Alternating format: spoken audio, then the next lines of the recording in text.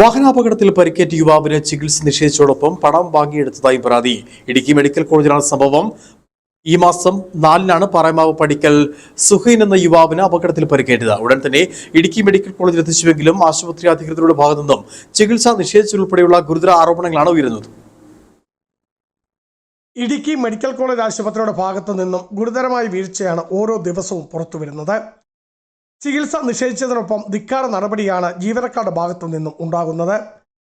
ഈ മാസം 4-ന് വാഹന അപകടത്തിൽ പരിക്കേറ്റ പാറേമാവ് പടിക്കൽ സുഹൈൽ എന്ന 20 വയസ്സുകാരനെ മെഡിക്കൽ കോളേജിൽ പ്രവേശിപ്പിച്ചിരുന്നു. എന്നാൽ പ്രാഥമിക ചികിത്സ നൽകുന്നതിൽ പോലും ആശുപത്രി വീഴ്ച വരുത്തി. 4-ാം തീയതി എൻ്റെ മകന് ഒരു ബൈക്ക് ആക്സിഡൻ്റ് ഉണ്ടായി. ഇടുക്കി മെഡിക്കൽ കോളേജിലേക്ക് ഹോസ്പിറ്റലിൽ ട്രീറ്റ്മെൻറ്റിനായി ചെന്ന സമയത്ത് ഡോക്ടർമാരുടെ ഭാഗത്തു നിന്നും മറ്റ് അധികൃതരുടെ ഭാഗത്തു നിന്നും ഞങ്ങൾക്ക് വേണ്ടിയ സഹായങ്ങളുണ്ടായി, ചികിത്സയ്ക്ക് വേണ്ട സഹായങ്ങളുണ്ടായില്ല. ഈ TT ഇഞ്ചക്ഷനും ഒക്കെ എടുത്ത് എൻ്റെ മോനെ കിടത്തിയതിന് ശേഷം ഈ എക്സ്റേയും സ്കാനിങ്ങിനുമായി കൊണ്ടുപോകാൻ പറഞ്ഞു. ഞങ്ങളപ്പോൾ അവിടെ ആരും സഹായത്തിനുമല്ല, ഞങ്ങൾ തന്നെ സ്വയം മോനെയും കൊണ്ട് പോയി. പരിക്കേറ്റ ആശുപത്രിയിൽ എത്തുന്നവരോട് 24 മണിക്കൂറിനുള്ളിൽ സാമ്പത്തിക ഇടപാടുകൾക്ക് നിർബന്ധം പാടില്ലെന്ന ആനുകൂല്യം പോലും തങ്ങൾക്ക് ലഭിച്ചില്ല എന്ന് പരിക്കേറ്റ സുഹൈൽ പറയുന്നു. ഗവൺമെൻറ് ഇടുക്കി മെഡിക്കൽ കോളേജ് ആശുപത്രി അവിടെ ചെന്ന് ചികിത്സ ഒന്നും കിട്ടിയില്ല. ചെന്ന് പറഞ്ഞാൽ ആദ്യമേ CT സ്കാൻ എക്സ്റേ എടുക്കാൻ പറഞ്ഞു. ഇന്ന് എടുത്തു പറഞ്ഞാൽ ബില്ലടച്ചാലേ റിപ്പോർട്ട് തരത്തുള്ളൂ എന്ന് പറഞ്ഞു.